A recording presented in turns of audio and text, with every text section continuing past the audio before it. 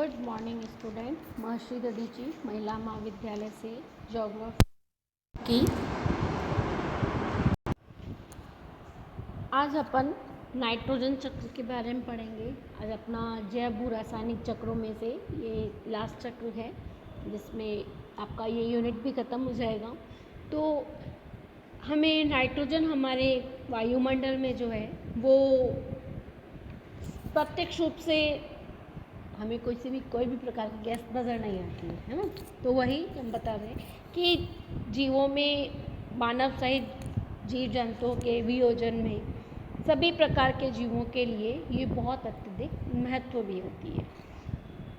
यह एक ammonia acid की एक आवश्यक भाग होती है और नाइट्रोजन सामान्य रूप से 7 रूपों में पाई जाती है।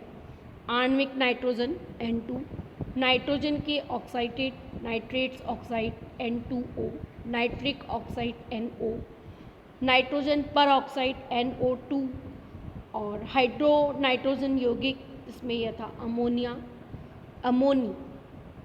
NH, अमोनिया NH3 तथा नाइट्रेट्स एसिड HNO2 के रूप में है ना। यह वायुमंडल में गैसीय संगठन में 78% के लगभग रहती है।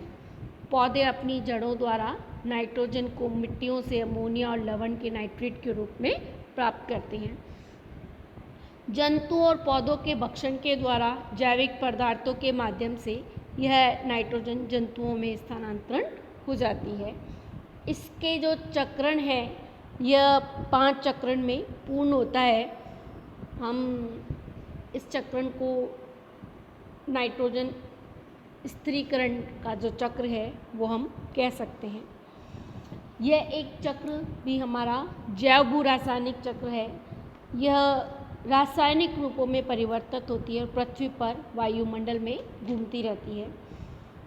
सबसे पहला जो हमारा चक्र नाइट्रोजन स्थिरीकरण का जो चक्र है वह वायुमंडल में नाइट्रोजन का जीवाणुओं एवं जीव वाले जो शैवाल द्वारा स्थिरीकरण होता है और यह अमोनिया और अमोनियम के रूप में।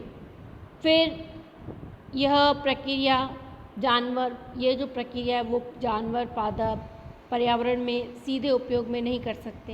इसको nitrogen DNA, RNA, urea, protein आदि का ये अंग है। अन्य उपयोग में रासायनिक यौगिकों में बदलने की भी आवश्यकता रहती है।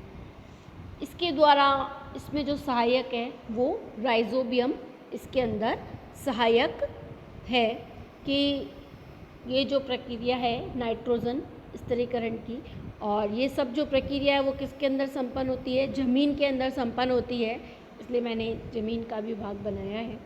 और अमोनिया और अमोनियम में यह बदलती है। अब ये प्रक्रिया नाइट्रोजन नाइट्रेट में बदलती है NO2 और NO3 में। इसको नाइट्रीकरण प्रक्रिया कहते हैं और ये इसके जो उदाहरण है वो नाइट्रोसोम है।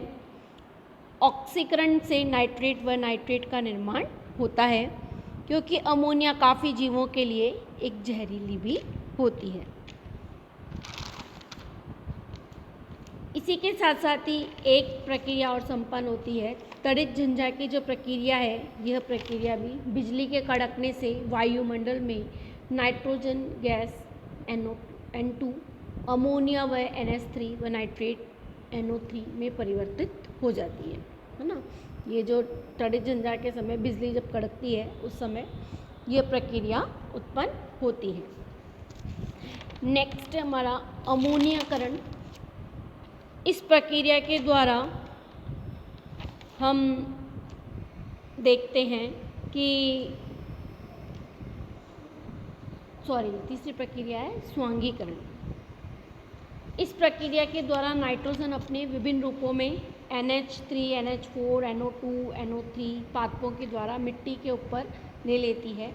और जैसे कि उसे पादप मैंने बताए हैं कि ये पादप की प्रक्रिया, और इसके बाद में जो जीव जंतु जो है वो नेक्स्ट इस जीव जंतु अपने प्रोटीन के रूप में या नाइट्रो यौगिक के रूप में मुक्त होते जाते हैं, और यह से पेड़ पौधों को जब जीव जंतु खाते हैं तो यह प्रक्रिया बैक्टीरिया से उन्हें अमोनिया में परिवर्तित कर देती है। ये प्रक्रियाकरण जो है वो अमोनीकरण कहलाता है। और फिर ये वापस कहाँ चला जाता है, वह जीवों के द्वारा ये जीव जंतु में पेड़ पौधों में चला जाता है, तो ये वापस इसी की प्रक्रिया हो जाती है और पुनः ये प्रक्रिया वापस उत्पन्न भी होती रहती। तो ये जो चक्र है वो चलता रहता है। इसी प्रक्रिया के द्वारा अवस्थितीकरण, जब इसका विनाइट्रेट की जो प्रक्रिया है वह प्रक्रिया जिसमें नाइट्रेट पुनः वायुमंडल में नाइट्रोजन में बदल जाता है। ये जो प्रक्रिया है कि नाइट्रोजन का वापस से विनाइट्रेटीकरण होना, और इसके कारण बैक्टीरिया अवयवी स्थित होते हैं नाइट्रेट में ऑक्सीजन का उपयोग करने के लिए भी यह करते हैं।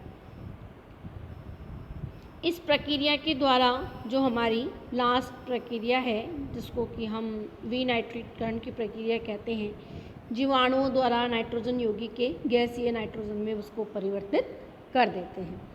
तो इस प्रकार हमारा नाइट्रोजन का जो चक्र है वो पूर्ण होता है।